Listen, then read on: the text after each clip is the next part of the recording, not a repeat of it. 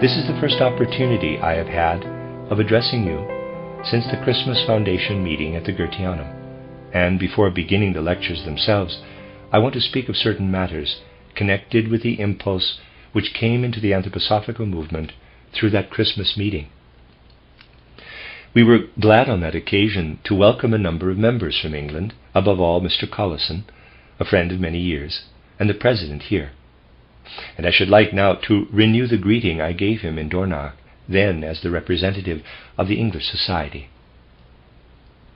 The deep significance of the impulse brought into the Anthroposophical Society through the Christmas Foundation meeting must be realized to the full, and many things that were said by way of characterization before that meeting will now have to be expressed in opposite terms.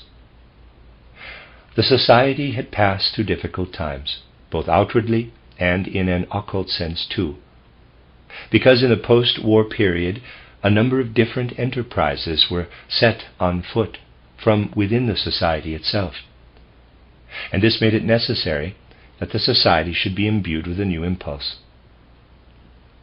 So far as I myself am concerned, and I may be permitted to say it here, this was connected with something of very great significance.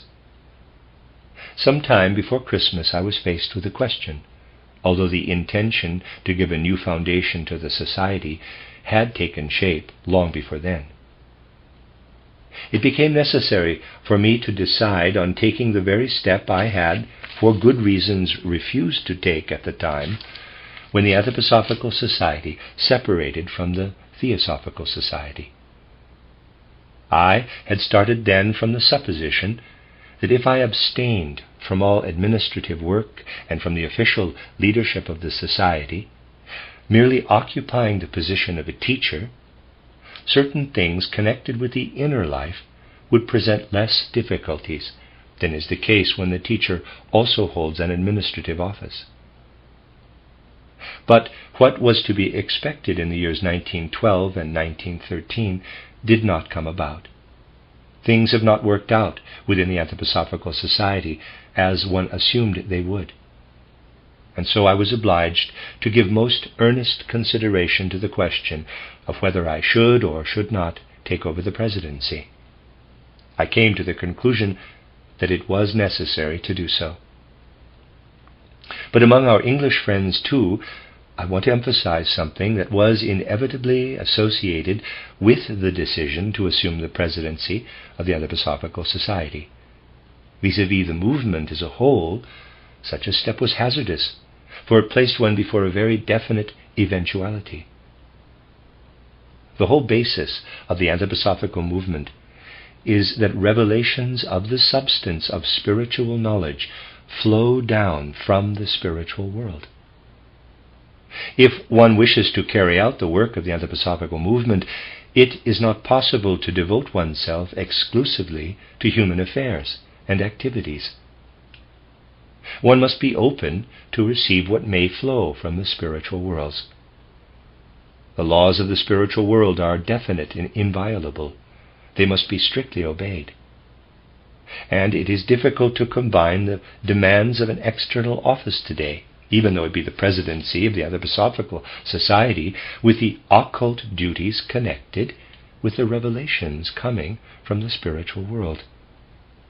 And so one was obliged to face the question, will the spiritual powers who have showered their blessings upon the Anthroposophical Society hitherto continue to do so?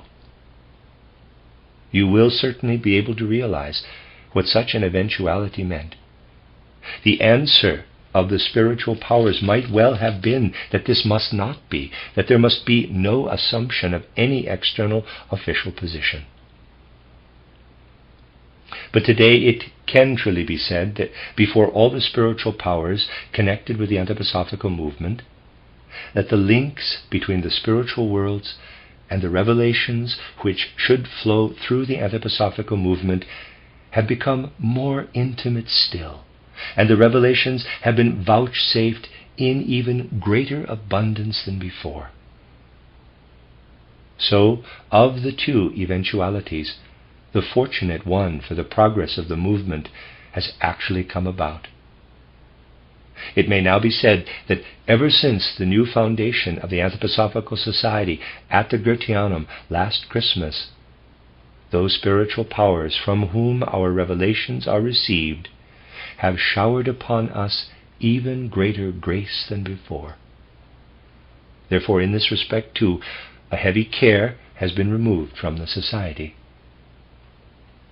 Before the Christmas meeting, it was often necessary to emphasize the distinction between the Anthroposophical movement, which is the reflection on earth of a stream of spiritual life, and the Anthroposophical Society, which had an external form of administration, in that its functionaries were elected or formally appointed. Since Christmas, the opposite holds good. The Anthroposophical movement is now one with the Anthroposophical Society. The two are no longer to be distinguished from each other. For since I myself have become the president of the Society, the Anthroposophical movement has become identical with the Anthroposophical Society. This made it necessary in Dornach last Christmas to institute an executive council, which is not a council in the exoteric sense, but is to be regarded as an esoteric executive council, responsible for its actions to the spiritual powers alone, and which has not been elected but just formed. The whole procedure at Christmas differed from that usually adopted at foundation gatherings. This executive council may be called a council of initiative, seeing its tasks in what it actually carries out. Hence, the statutes adopted at the Christmas meeting are not worded in terms of ordinary statutes, but are a simple statement of the relationship that should exist between man and man, between the council and the members, between the individual members themselves, and so forth. The intentions of the council are set forth as a statement of what we intend and wish to do. They are statutes in respect of form only. The whole procedure was quite different from that usually adopted by societies. The fact of salient importance is that an esoteric trend has now been brought into the Anthroposophical Society. The whole movement, flowing through the society as it now does, must have an esoteric character. This must be taken in all earnestness. Only those impulses for human action which come from the spiritual world will be determinative so far as the executive is concerned. It will not be a matter of giving effect to certain paragraphs or the like, but of promoting the true spiritual life unreservedly and with no other intent. Reference may here be made to a matter that may seem of secondary importance. New membership cards have been or are in course of being issued. As we now have about 12,000 members all over the world, the same number of membership cards have had to be prepared. All these cards will now bear my own signature. Many people considered that a stamp could be used for this purpose. But in the Anthroposophical movement, from now onward, everything must have a directly individual human character, and I must obey this, even in a detail like the above. Every membership card must lie before my eyes. I must read each name, and sign my own below it with my own hand. In this way a relationship is established with every individual member, slight though such a relationship may be to begin with. It is nevertheless real in the human sense. It would of course be much easier to let somebody else stamp the 12,000 membership cards, but this will not be done. This is a symbolic indication that in the future the human element prevailing in the society is all important. If the Executive Council at the Goetheanum is met with understanding from the members, you will see that as time goes on, every one of the intentions implicit in a Christmas meeting will be carried into effect, although things can only be done by degrees, and patience will be necessary.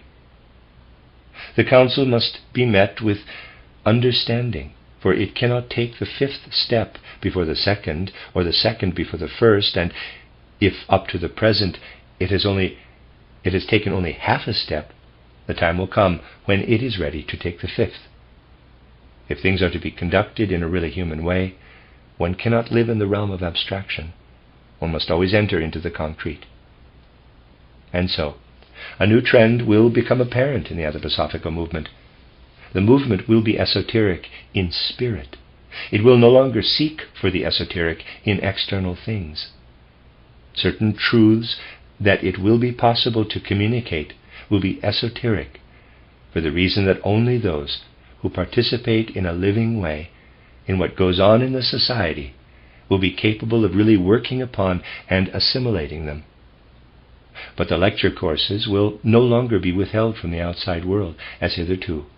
They will not be sold through the trade, but they will be available for those who wish to obtain them. We shall, however, make a certain spiritual reservation by stating that we can recognize only such objections or criticisms as may come from those who are qualified by knowledge to pass judgment upon the contents of the lecture courses. Whatever people may choose to say in the future, in the domain of the occult, one's actions must be positive, not negative. All these things must be understood as time goes on. If the understanding is really there, the anthroposophical movement will take on an entirely new character. It will be realized that the Executive Council at the Goetheanum feels itself responsible only to the spiritual world, and every individual in the society will feel united with this executive. It may then be possible to achieve what must be achieved by the anthroposophical movement, if it is to fulfill the aim which in the course of these lectures I shall set before you from the depths of the spiritual life. And that is the end of the introduction. You are listening to RudolfSteinerAudio.com. This is a reading of Karmic Relationships, Esoteric Studies by Rudolf Steiner. This is the reading of the last volume, Volume 8 of these studies. And this is Lecture 1 in that series, which is number 65 in the chronological series. For centuries now, men have become less and less accustomed to turn their minds to the spiritual world. We say, and rightly say, that the last few centuries have inaugurated an age of materialism, which has set its stamp not only upon man's thinking, but also upon his will, his actions, indeed, upon his whole life. And we in the Anthroposophical Society realize that the purpose of this society is to awaken forces whereby men will be released from their bondage to matter, from influences which make them deny the reality of the spiritual. But if the anthroposophical movement is to provide the impulse that is needed in the evolution of humanity, all the teachings, all the treasures of wisdom which have for many years been flowing through it must be applied with real earnestness. We must ponder deeply on the realities of man's life today. He comes into the world through birth with traits inherited from parents and ancestors.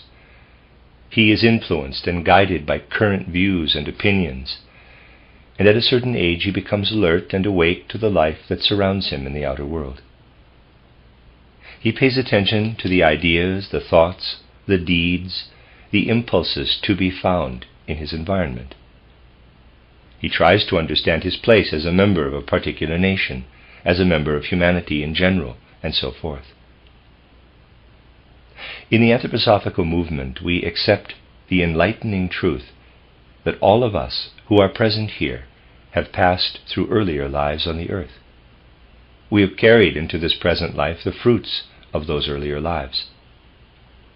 And we are mindful not only of what we are within our present nation, within modern humanity, but we realize that we have already passed through a number of incarnations on the earth, and that in other conditions of existence between death and rebirth, we have so worked at the development of the self, the ego, that we have made ourselves what we are today.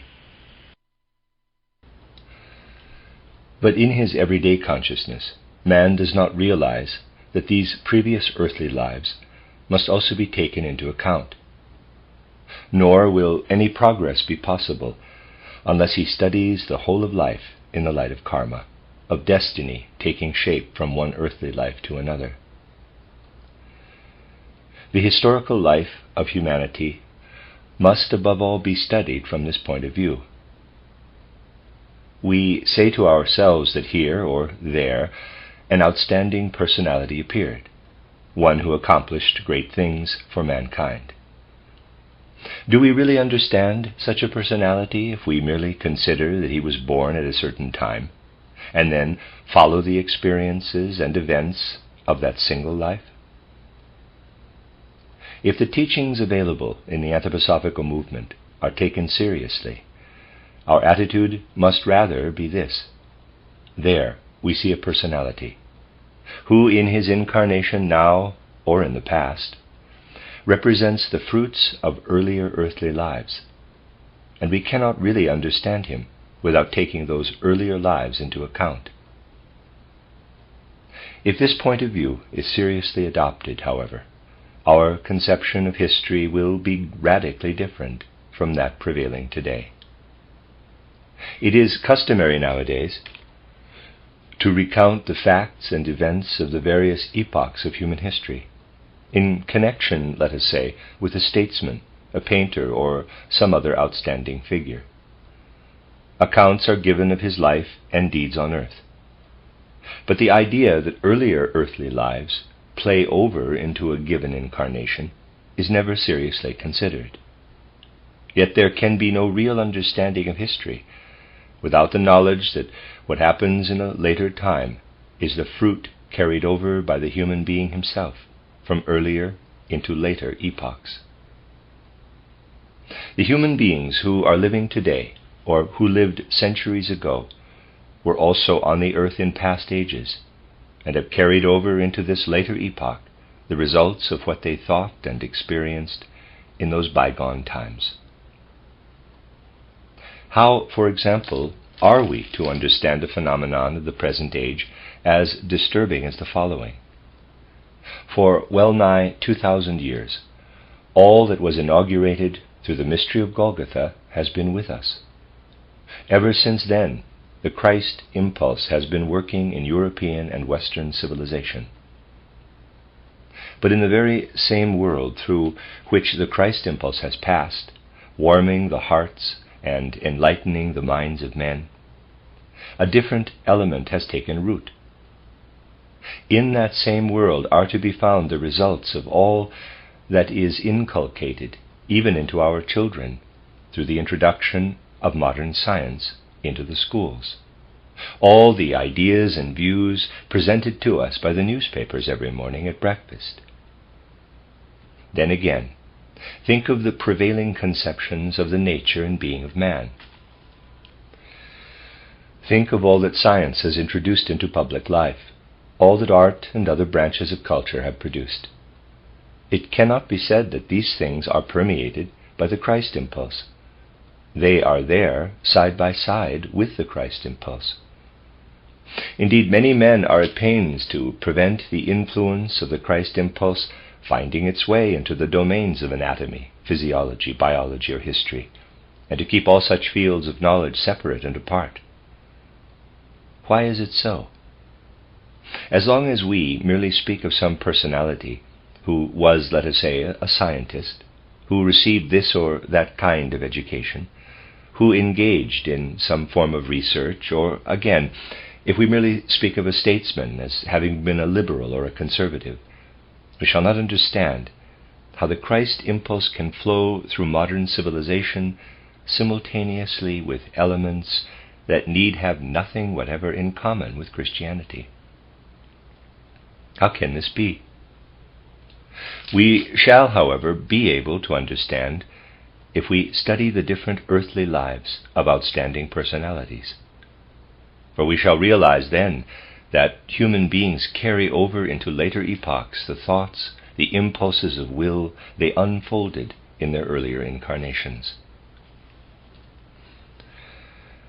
We observe personalities in history who have had great influence upon our own epoch. Think, for example, of one whose influence upon external life, especially in domains where science plays a part, has been deep and far-reaching.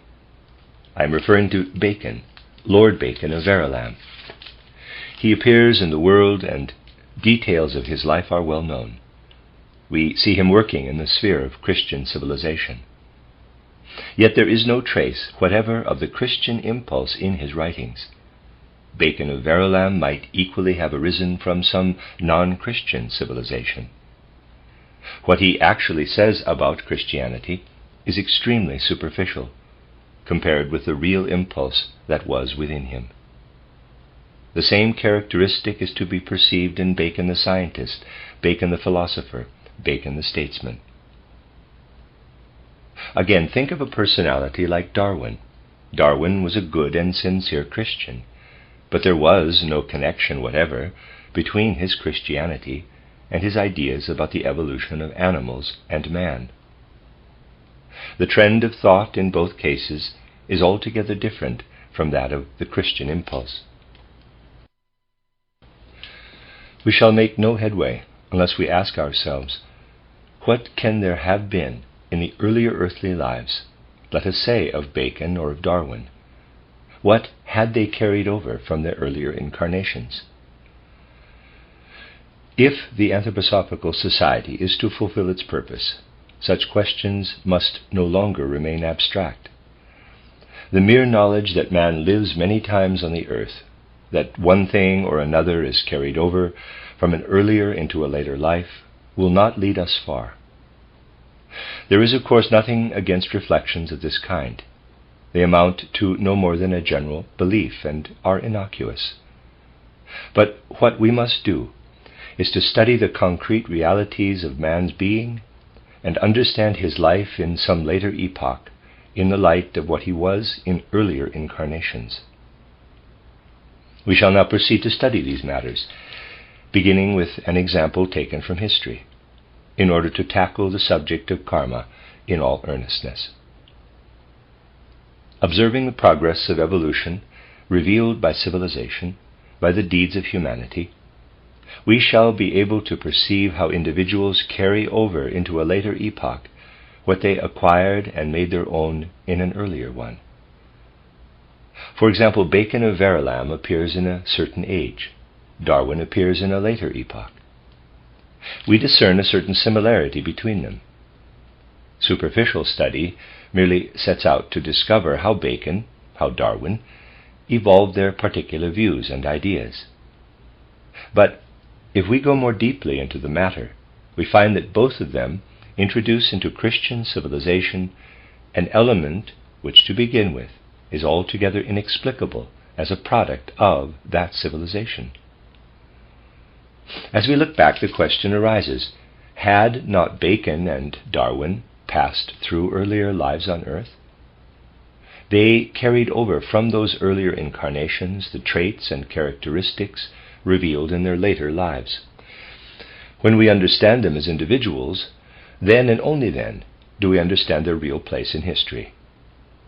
For when the reality of karma is taken seriously, history resolves itself into deeds of men, into streams of human lives flowing from remote ages of the past into the present and thence into the future. From now onward, these things will be spoken of without reserve. We shall speak of facts of the spiritual life in such a way that external history and the external world of nature will reveal themselves to us, will themselves reveal to us the spiritual realities lying behind. It is certain that these questions, bearing as they do upon the spiritual and physical worlds alike, will, to begin with, be taken less seriously than is their due, for judgments about such matters cannot be formed as judgments are formed about the things of ordinary life. And in order to indicate the many underlying factors which have to be taken into consideration, I should like to make a certain personal reference, although it is meant to be quite objective, before we come to answer the questions. Who was Bacon in his previous life? Who was Darwin in his previous life? Footnote: Dr. Steiner did not speak further of Darwin in these lectures. Readers are referred to his lecture in Dornoch, 16th of March, 1924, Karmic Relationships, Volume 1. End of footnote. In the title Goetheanum Weekly, as you know, I am writing the story of my life. but in a periodical intended for the outside world as well, it is not possible to speak of everything, and certain additions must be made for the sake of those within our movement who earnestly desire to find their way into the spiritual world.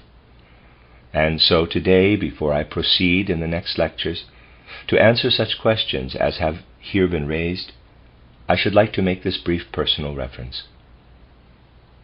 Those who, like myself, were born in the 60s of last century have lived through the epoch when the Gabriel rulership of the preceding 3.5 centuries was superseded by the Michael rulership. The Michael rulership, that is to say, the entry of the sun impulse belonging to Michael into the civilization of humanity, began at the end of the 70s of last century. In the time immediately after the entry of the Michael influence, in the 80s and 90s, when the Michael rulership was beginning to take effect behind the scenes of external happenings, those who were passing through the period of the development of the intellectual or mind-soul, that is to say, between the ages of 28 and 35, were really living in a kind of aloofness from the physical world. For when a human being is consciously active and alert in the mind-soul, he is aloof in a very real sense from the material world. We speak of man as a being composed of physical body, etheric body, sentient body. With his physical body, he stands clearly within the physical world. With his etheric body, sentient body, and sentient soul too, he is strongly involved in the external world. But he can live aloof and apart from the external material world when he is fully conscious in the mind-soul, before the consciousness or spiritual soul awakens in the 35th year of life. Full consciousness within the mind-soul can transport a man altogether into the world of soul. And so in the 80s and 90s of last century, there was opportunity for those possessed of the corresponding faculties to live in the mind-soul, aloof to a greater or lesser extent from the physical world. What does this mean? It means that in the mind-soul, aloof from the material world, one was able to live in the very world into which Michael was entering on his way down toward the earth. The 80s and 90s produced many things that evoked wonder and admiration. There were many fields in which men became expert in many ways by which culture was enriched. Modern literature has words of high praise for this period. Think only of what was achieved by newspapers and in the world of art from the years 1879, 1880 to 1890 onward. But in these very years, there were happenings of an altogether different character. Behind a thin veil, a very thin veil at that time, was a world adjoining our physical world. Peculiar conditions prevailed shortly before the close of Kali Yuga at the end of the 19th century.